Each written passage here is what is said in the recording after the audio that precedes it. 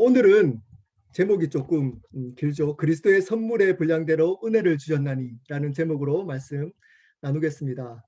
저번 시간에 나누었던 말씀 잠깐 복습하고 오늘 말씀 나누겠습니다. 저번 시간에는 하나됨에 대해서 말씀을 드렸습니다.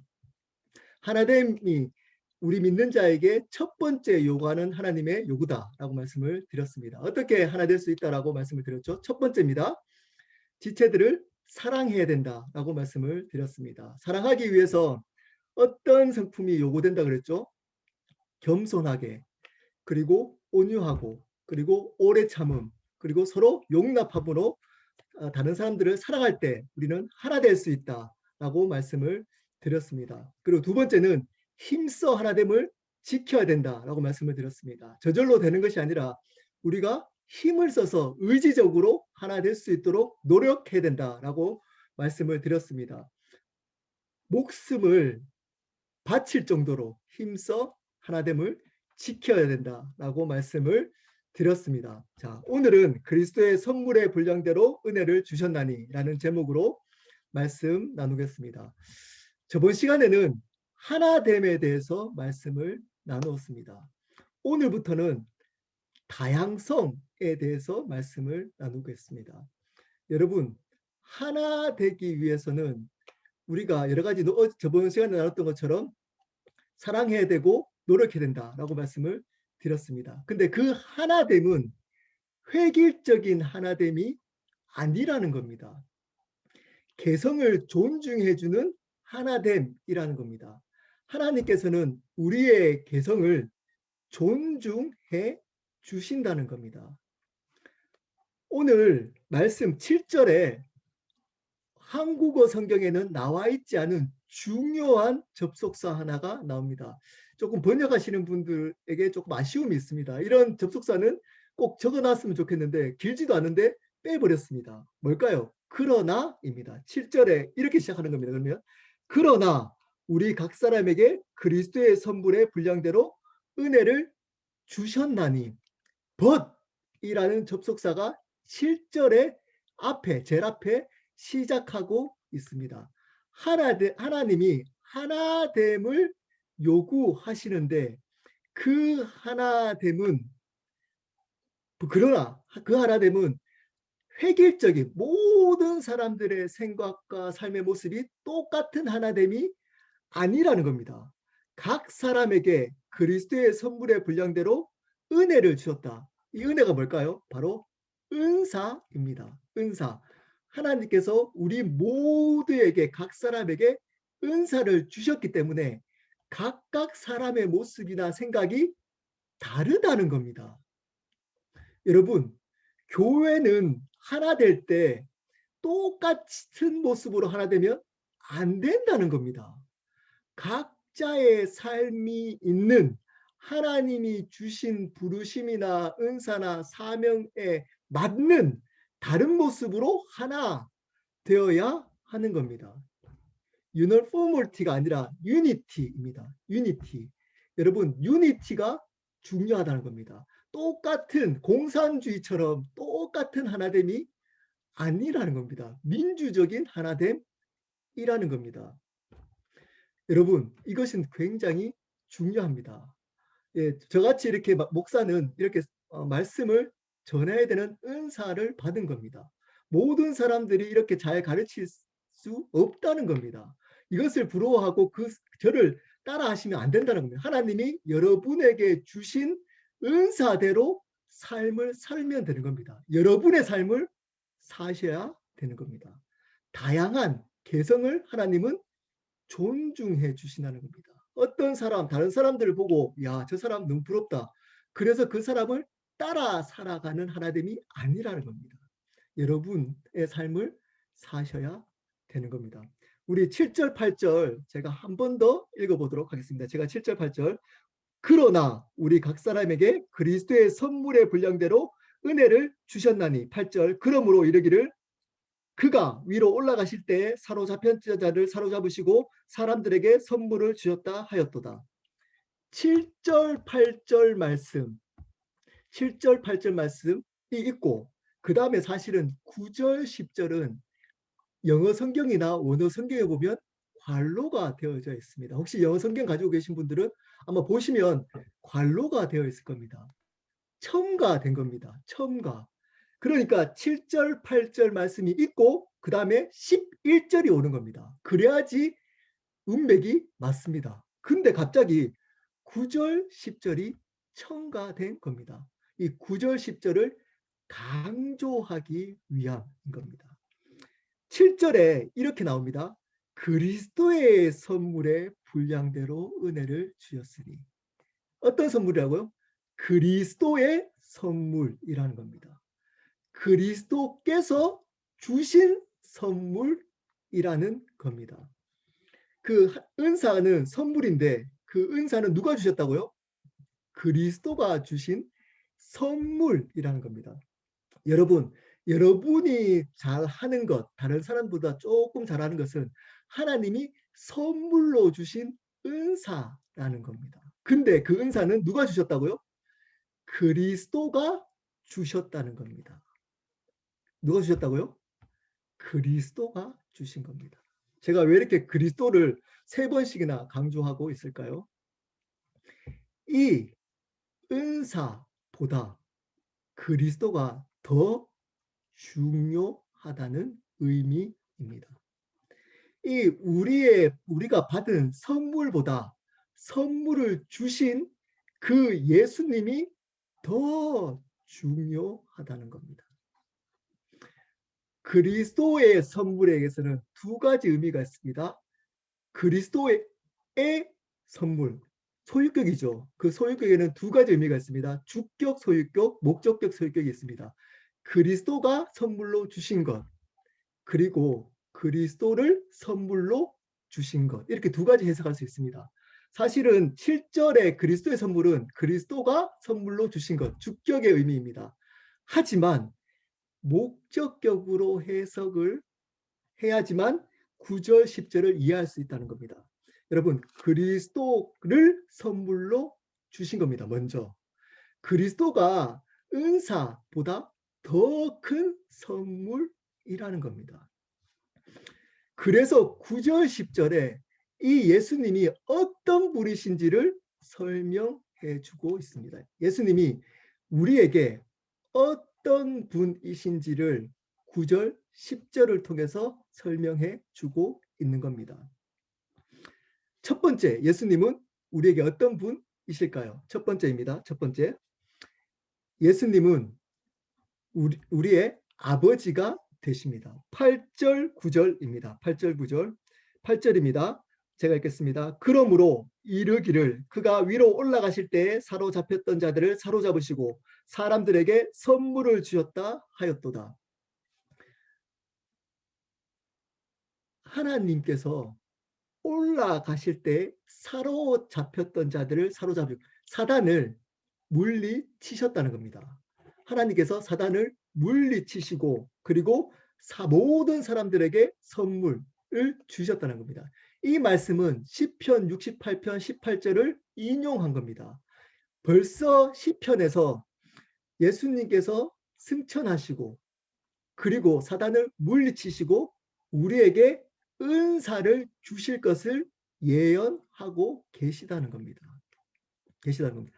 8절에 그 선물, 은사를 주셨다는 겁니다. 자, 그리고 9절 한번 읽어보겠습니다. 9절 읽겠습니다. 올라가셨다 하였은즉 땅 아래 낮은 곳으로 내리셨던 것이 아니면 무엇이냐. 자, 9절에 올라가셨다는 말은 예수님이 땅 아래에 계셨다는 의미가 아니면 무엇이냐, 이런 의미입니다.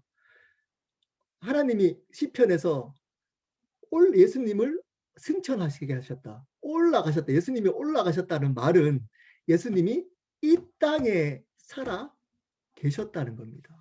이 의미가 있다는 겁니다. 이 말이 뭘까요? 이 말을 왜 바울은 하고 있는 걸까요?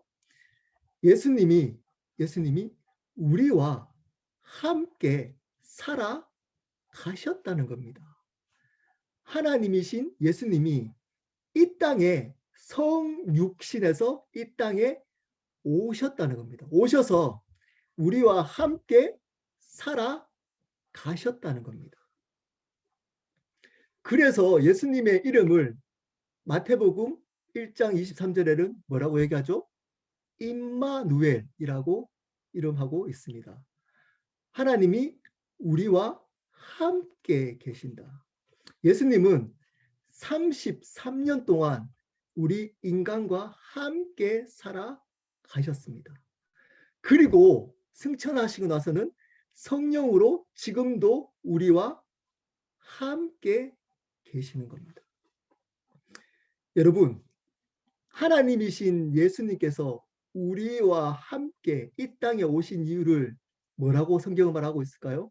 섬김을 받으러 오신 것이 아니라 섬기러 오셨다라고 이야기를 해주고 있습니다. 그 전지전능하신 하나님이신 그 예수님이 죄악된 우리를 위해서 이 땅에 오셨습니다. 겸손하게 이 땅에 오셨습니다. 그리고 우리와 함께 계셔서 우리를 섬기셨고 성령으로 지금도 섬기고 계신다라는 것입니다. 여러분, 이 예수님이 어떤 분이심을 보여주고 있는 것일까요? 예수님은 우리에게 두 가지의 모습으로 우리를 대하신다라고 말씀을 드렸습니다. 첫 번째는 아버지 되심, 두 번째는 주인 되심. 여러분, 여기서는 이 예수님이 아버지 되심을 의미하고 있는 겁니다. 예수님이 바로 우리와 영원히 함께 하시는 아버지가 되신다는 겁니다.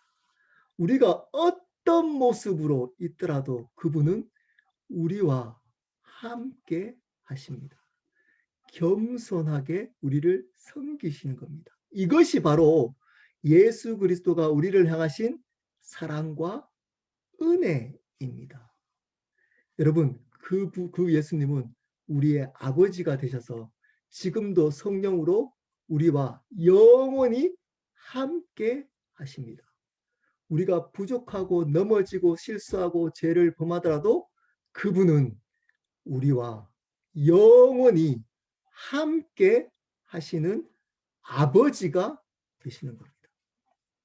어제 부모 모임 때도 말씀을 드렸지만, 그러므로 우리가 자녀에게 보여줄 부모의 모습 중에, 아버지의 모습 중에 가장 중요한 것은 함께 있는 겁니다. 어떤 자녀들이 어떤 모습으로 있든지 간에 우리는 자녀와 함께 있음을 보여주는 겁니다. 차이점이 있죠. 우리 육신의 부모는 온전하지 않지만 그 하나님은 온전하심으로 함께 계십니다. 영원히 우리를 돌봐주시고 섬겨주시는 아버지가 되신다는 겁니다. 여러분, 우리가 힘든 것들을 다른 사람들하고 나눈다고 해도 정말 힘든 혼자만의 어려움이 있을 수가 있습니다. 고민이 있을 수가 있습니다. 다른 사람에게 나눌 수 없는 진짜 어려운 힘든 일들이 있을 수가 있다는 겁니다.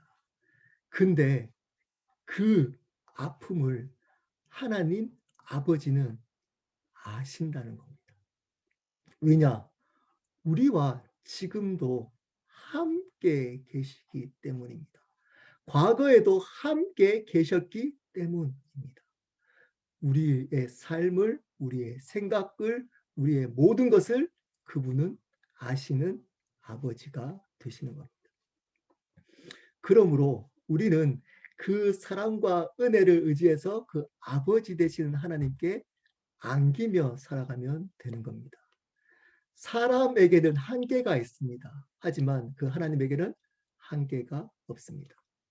그 아버지 되신 예수님을 의지하며 살아가시기를 바랍니다.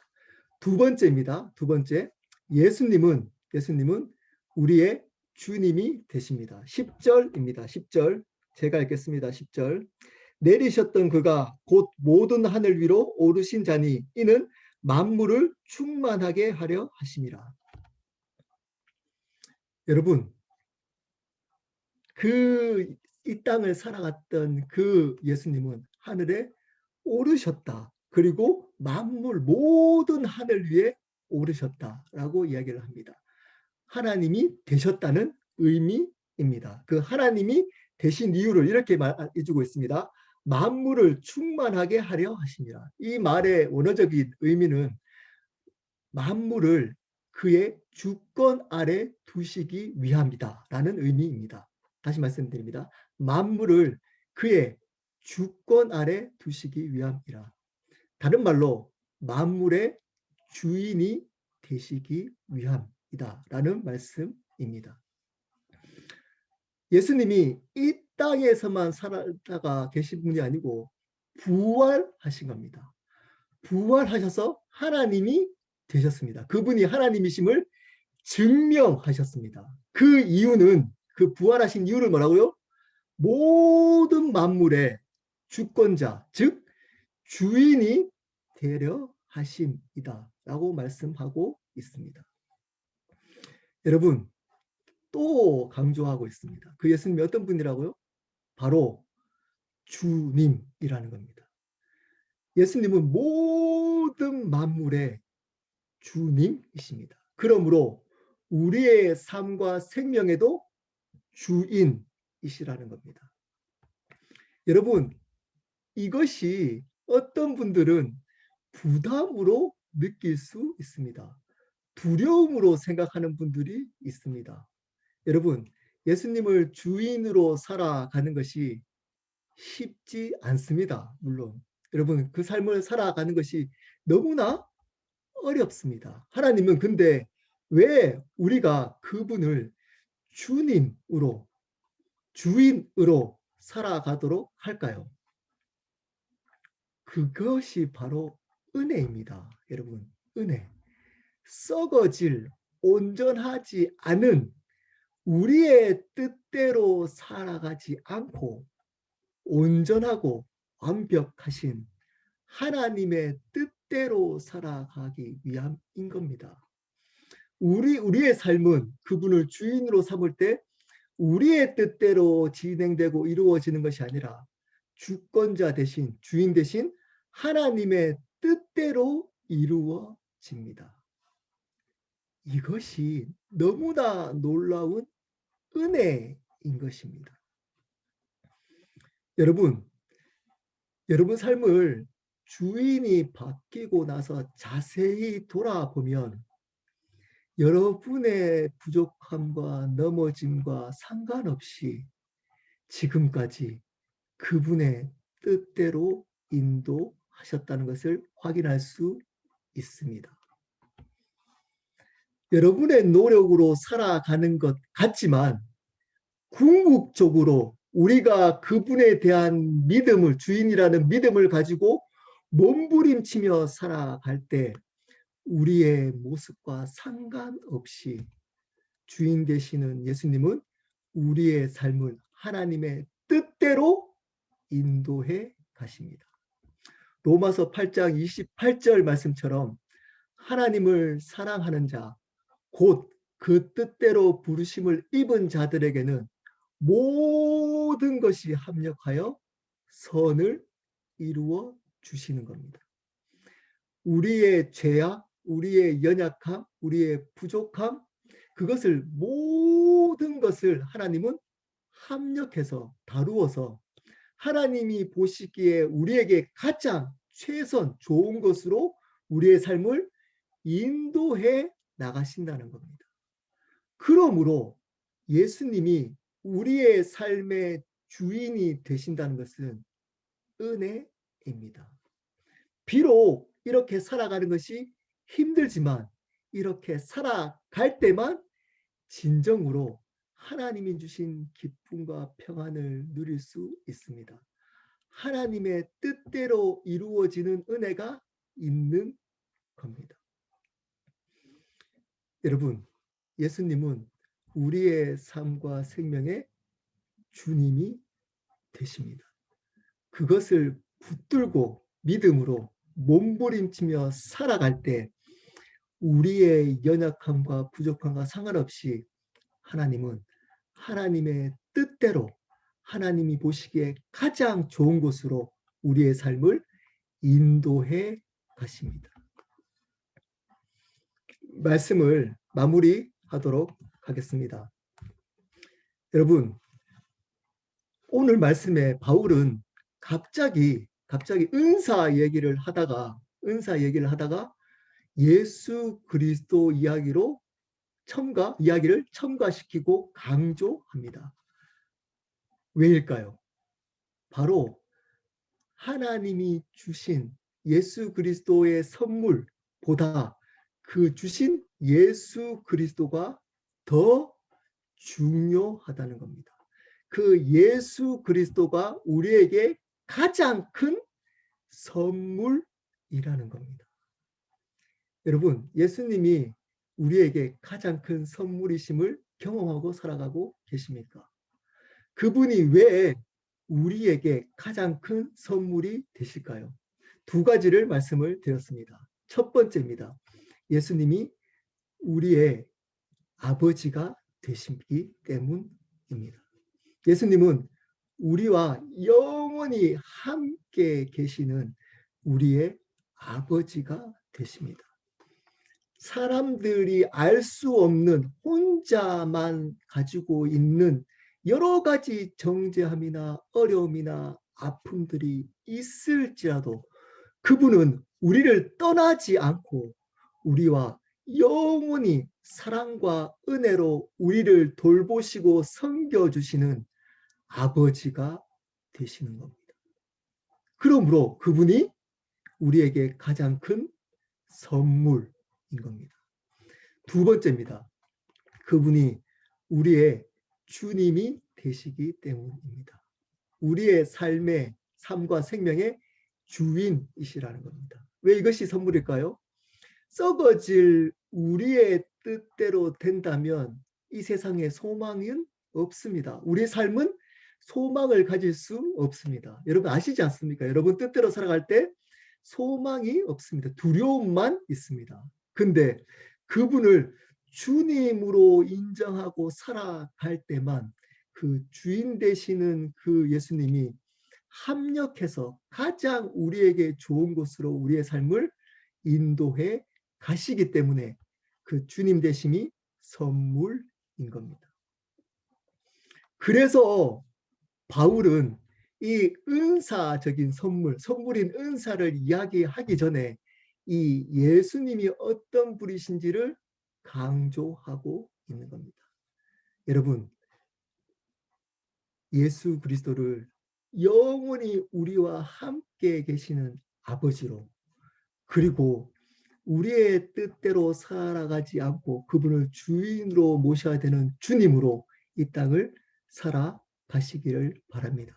그것이 우리에게 가장 큰 선물입니다.